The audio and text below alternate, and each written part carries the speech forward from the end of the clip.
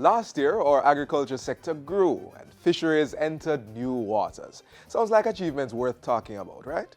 Hi, I'm Theodore Henry, and today on the pages of Jamaica Magazine, we have all the major accomplishments from the Ministry of Industry, Commerce, Agriculture, and Fisheries. We'll also be looking at a vegetable that commonly finds its way into just about every meal preparation. We have all that and so much more for you, so do stay with us.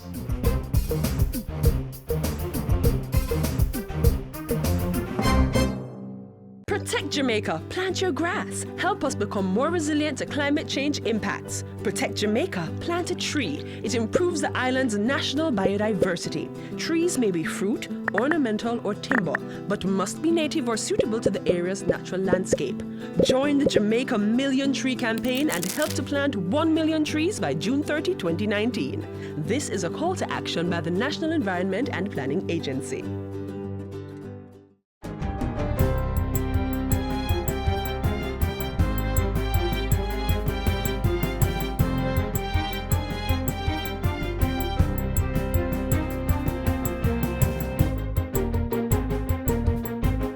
Good day, I'm Stephen McHugh, and this is your JIS News for Wednesday, January 16.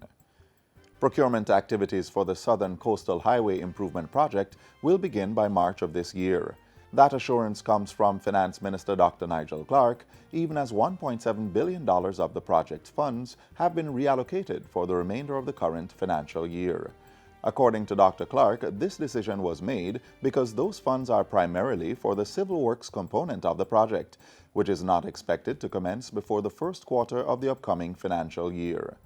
He says the remaining $490 million budgeted for the project is sufficient to cover the management fees and preliminary activities.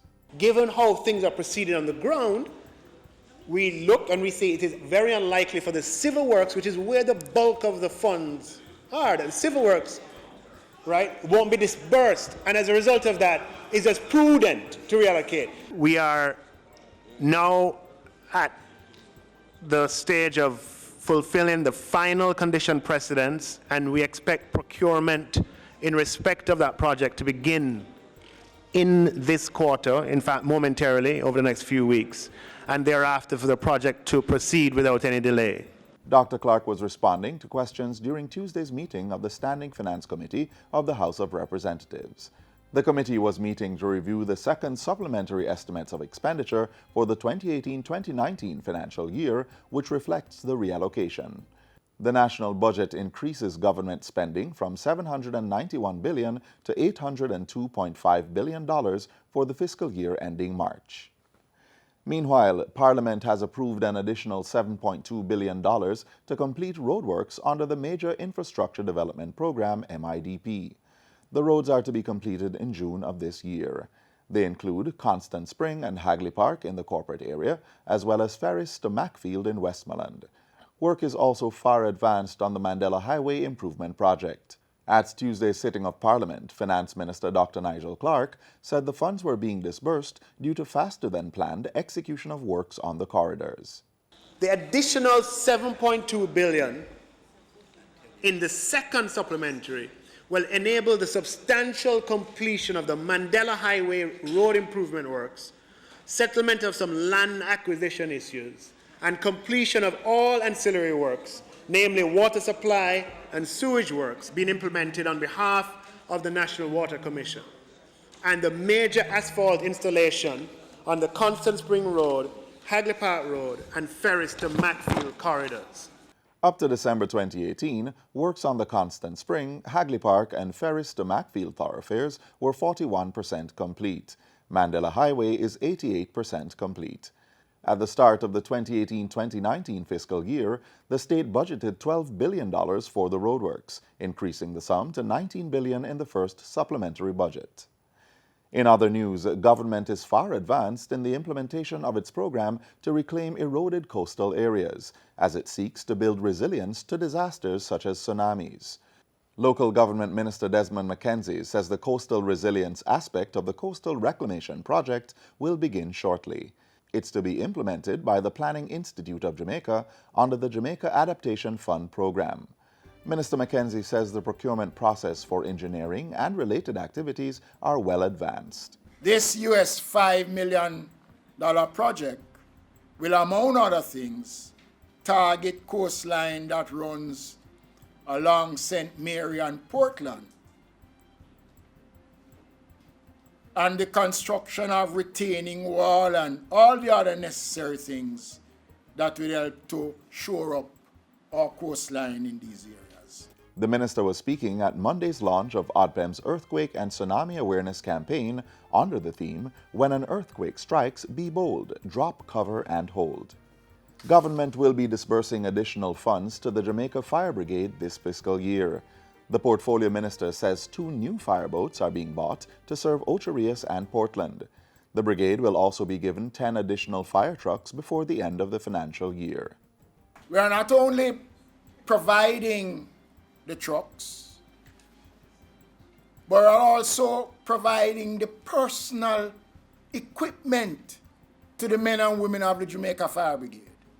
For the first time in the history of the Jamaica Fire Brigade, this administration, one go, has provided over 350 bunker gear to the Jamaica Fire Brigade in this financial year only.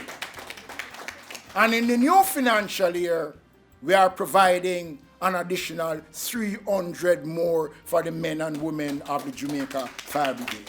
Minister Mackenzie says firefighters will also receive 2 ambulances and medical training through a partnership with the Ministry of Health. And finally, persons using the services of the Land Administration and Management Program, LAMP, are being asked to visit their offices at 8 Arden Road in Kingston. The processing of LAMP-related matters from the Arden office began on Monday. It is in keeping with the merger of LAMP and the National Land Agency, first announced in Prime Minister Andrew Holness's contribution to the 2018-2019 budget debate last March. Persons seeking further information may contact the National Land Agency at 876-946-5263 or 876-750-5263. And that's it for JIS News Today. I'm Stephen McHugh. Thanks for watching.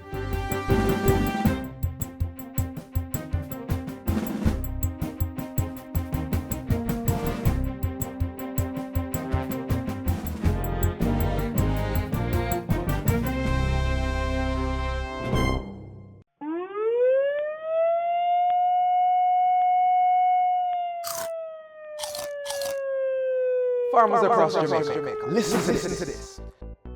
Beet armyworms favor areas with high temperatures and good food supply like scallions and onions. Here are some tips on how to protect your crops from this ambush. Rotate crops, destroy all infested material, and plow damaged fields. Hand-pick and destroy eggs and tiny beet armyworms. Preserve combat fighters to help you fight armyworms. Use approved insecticides when treating crops. For information, contact your nearest RADA office or the RADA toll-free line at 1-888-ASK-RADA. That's 1-888-275-7232. Or contact the Research and Development Division Plant Protection Unit at Bodles in St. Catherine at 983-2267 or 983-2281.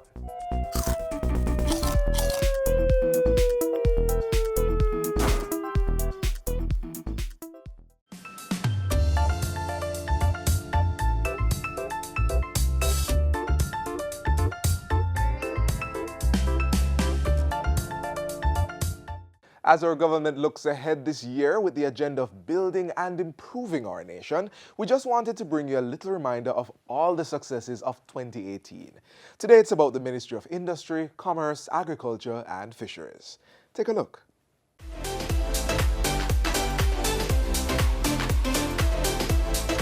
The agriculture sector grew, the fisheries sector entered new waters, and the policy agenda broke ground.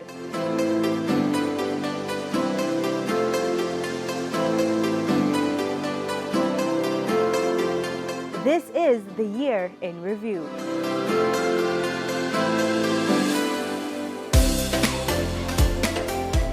Amidst the growth reflected for the sector, farmers faced several challenges this past year, ranging from drought to flood and even pest attacks.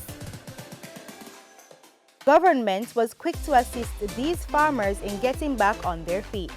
While we are happy that the damage was not major, some of our small farmers were in fact affected. and are in need of assistance, and we are committed to providing this support to get these farmers back on their feet. Just under 1,200 registered farmers in 8 parishes who were affected by flood raids in May benefited from $76.7 million in relief.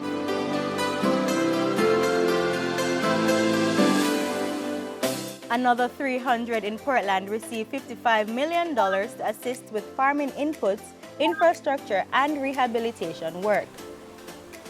Farm roads in St. Tullies and Alvey in South Manchester were repaired to the tune of $12 million. We wanted to make sure that the farmers in this area had transport going where they could be able to get out their produce at a reasonable cost. Over in St. Catherine and Clarendon, $52 million were spent to upgrade irrigation systems. With climate change and insufficient irrigation being two of the factors affecting the agricultural sector, the future of sustaining and expanding this sector is going to be heavily dependent on our ability to improve and manage our water resources and in particular our irrigation system.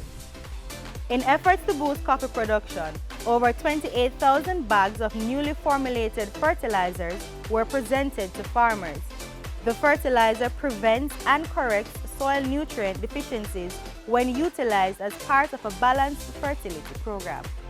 We're going to get more productive, and we're going to work with the large and small. We're going to build a level playing field, and we are going to build back the coffee industry in Jamaica. That is my pledge to you as the Minister of Agriculture. Dairy farmers in Clarendon, St. Elizabeth, and St. Thomas also received $5 million worth of fertilizer and related supplies to improve their production.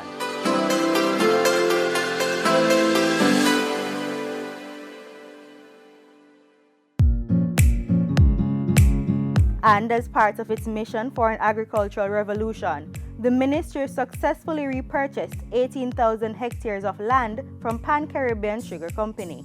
It is these lands that we will actively promote large investors to engage in onion production, fruit tree orchards, exotic crops whose production can make a qualitative difference.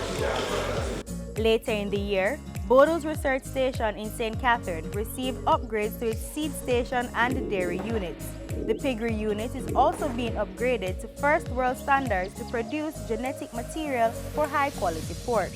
The facility also received a silo packer machine valued at $16,000 US. This machine will now allow the JDDB to support small dairy farmers to store fodder as silage in order to continue to provide nutrition to their animals during periods when feed material is scarce or unavailable. In addition, the introduction of this silage making technology to Jamaica gives the dairy farmers an option that could be utilized under appropriate circumstances to become a source of cost savings, thus increasing their farm household income. To top things off, the Veterinary Services Diagnostic Laboratory received ISO 17025 accreditation. This now strengthens Jamaica's credibility and integrity of work coming out of the lab. In the industry and commerce sectors, several policies were tabled in Parliament, including the National Investment Policy and the Micro, Small and Medium Enterprise MSME and Entrepreneurship Policy. This pivotal blueprint is the overarching policy framework by which the government of Jamaica will attract and facilitate investment. Government also launched the National Trade Information Portal to provide a central access point for laws, regulations, procedures, and other measures relating to trade.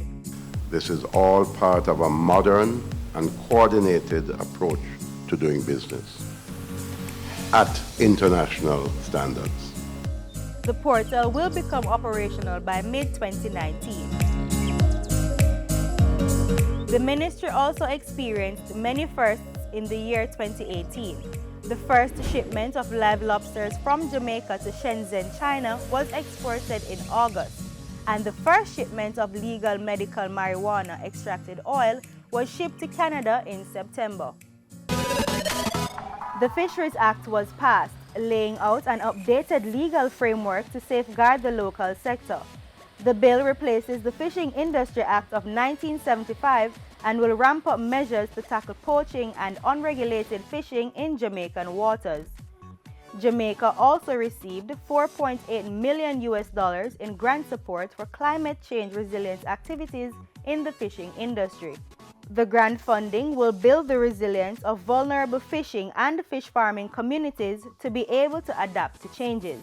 The Ministry of Industry, Commerce, Agriculture and Fisheries, paving the way for a more sustainable economy.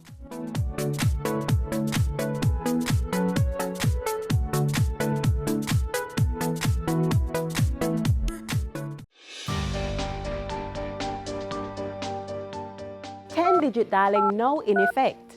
JUTC buses now equipped with Wi-Fi technology, and the 2015 Cybercrimes Act is being reviewed. These stories and more coming out of the Ministry of Science and Technology this past year. Join us on January 17, 2019, as we take an in-depth look at the year in review. Onion is a common element among many dishes here in Jamaica. But how does it get from the field to your pots? And how much of that is local grown? Here's a look at how one private sector company is embracing government's call for increased local production to reduce the importation of onion.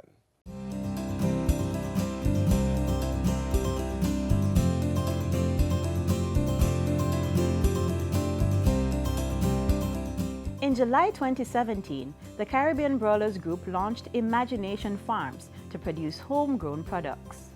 Now, it's planting onions, Scotch bonnet pepper, sorrel, sweet corn, and West Indies Sea Island cotton on 400 acres of farmland in Hill Run, St. Catherine. Caribbean Brawlers reaped 12 acres of onions under its homegrown brand. This venture is responding to an appeal from government for ramped-up local production of onions. The statistics are telling us that right now we import over 80% of the onion that we eat. It is hoped that Imagination Farms' output will help to reduce imports by 10%.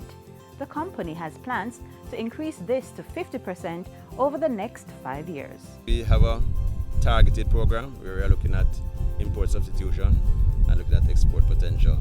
So, for example, for onions, we want to be a part of the thrust to curtail the amount of imports coming to the country. We're importing about 4 million US, 9 million kgs, and we think that Imagination Farms regarding onions, and we want to be a part of that process in terms of stemming, arresting the importation, and we have started on a good road. Our yields have been good. This project by CB is demonstrating that it can be done here, and it can be done at a competitive price, and it can be sold to the supermarkets and sold to the hotels at a reasonable price. And it's a fresh product that's coming straight out of the ground. They're going to plant another 60 acres. Onions, onions, onions. The government is calling on more farmers to pick up the mantle and help curtail our onion imports. And support is on offer through the Agricultural Push Start program. And this is one where anything coming through, rather, that is the inputs.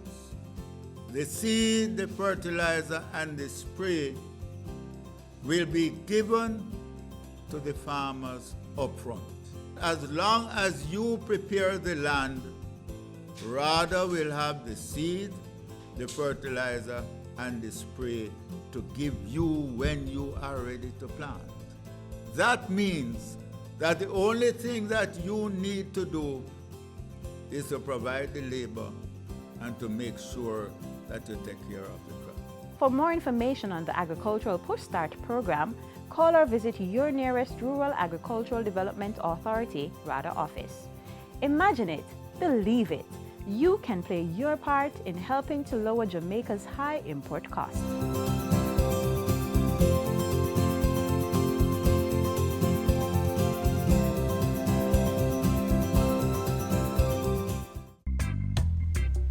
Coffee was introduced to Jamaica in 1728. Creighton Estate was established around 1765, and the Blue Mountain Range and the central region of Jamaica, which is the Grand Ridge of Jamaica, were the major coffee producing regions.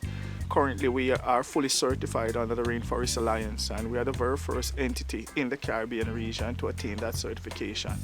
Now, the Blue Mountain Range of Jamaica is a microclimate of the island and has provided the perfect conditions for growing the Arabica coffee. A typical day in the Blue Mountain, the most sunlight is in the mornings from about 11:32 to 4 p.m. You know, this is the weather that we experience. This is a norm in the Blue Mountain. It's nothing unusual, you know, for the range to be covered with mist. And after sunset, the temperature basically goes below 20 degrees Celsius. So those are the perfect ingredients to develop high quality coffee. You know, the culture here is rich. We're an extremely creative, you know, set of people. In Jamaica, there's everything. If you're a nature lover, we have it. If you like the wetlands, we have it. You know, great coffee, you know, great food. You know, God has been good to us. You know, the God has been good to us. The universe has been good to us, you know, as a country. You know, and, this rock, I love it, man. I love it.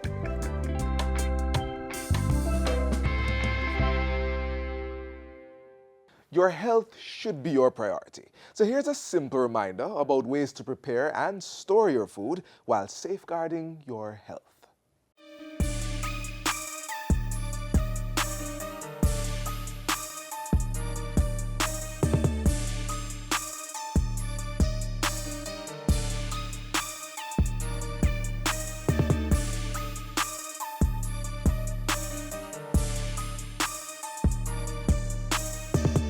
Dangerous strains of bacteria such as E. coli and Salmonella can cause serious health problems when the food we eat become contaminated through improper handling and not being properly cooked.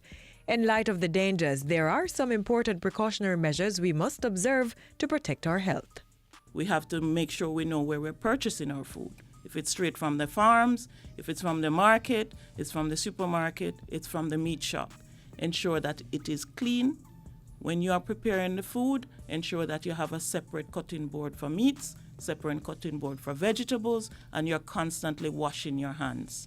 If you're going to eat out, ensure that the environment in which you're going to take your family is one where you can trust that the food is being prepared in a clean environment.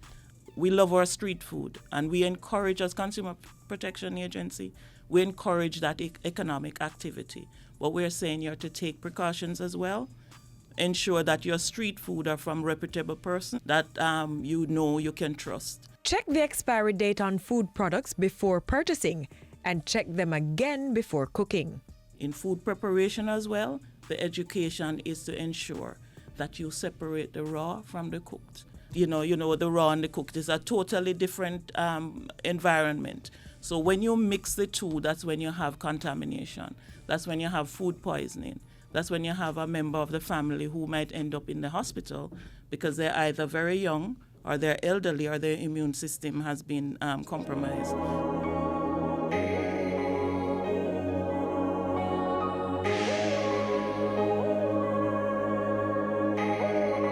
Discard any food that looks or smells questionable. Don't allow your food to stay open and accessible to flies. Containerize and refrigerate or freeze leftover food before 2 hours after cooking. And always store meats and seafood in sealed containers. The second thing about food safety is you have large amounts of food laid out for a couple of hours or more, and the family keeps coming back, dipping, visitors coming, dipping. You have to ensure if you have the food out for more than 2 hours, hot food, be very careful, especially if you add sauces and other condiments on the food. It tends to go a little off early, and that is where you have problems if you have an elderly person or a young child. Make sure that you put that away early, that you don't put your family at risk, because food poisoning, most of us get well quickly, but it can lead to death if your immune system has been compromised. So we're saying be safe with your food. ensure that when you package them and put them away, they're packaged in portions where when you take them out to reheat, you don't reheat the entire thing and then put it back in the refrigerator. So you apportion it according to what you're going to be using, so you don't increase the risk of food poisoning or any other bacteria entering the food. Ensure meats are cooked thoroughly. Remember, improper food handling can mean the difference between a trip to the emergency room or enjoying a tasty meal.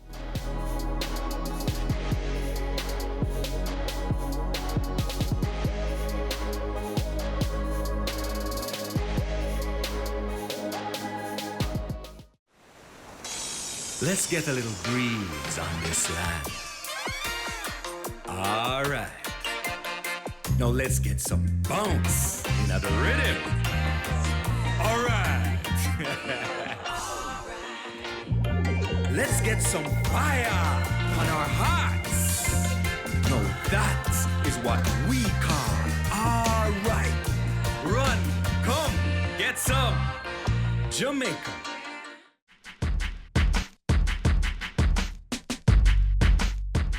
All this talk about agriculture may have probably piqued your interest, and at this point, I'm beyond intrigued. And if our program just gave you a brilliant epiphany about getting involved in this industry, here are some more reasons to go right ahead. Whether you're rearing animals or cultivating crops, agriculture is important for the employment and livelihood of many persons. Agriculture is critical to the economic growth of Jamaica, particularly through exportation of the products we produce and the foreign exchange earned. It also helps in supplying food for many and ultimately aids in the reduction of hunger. And your food can indeed be your medicine, because agriculture also helps with the production of many medical drugs, such as the enzyme papain, obtained from the papaya fruit to help with indigestion. So with that said, get involved and let us all continue the work of making Jamaica the place of choice to live, work, raise families, and do business.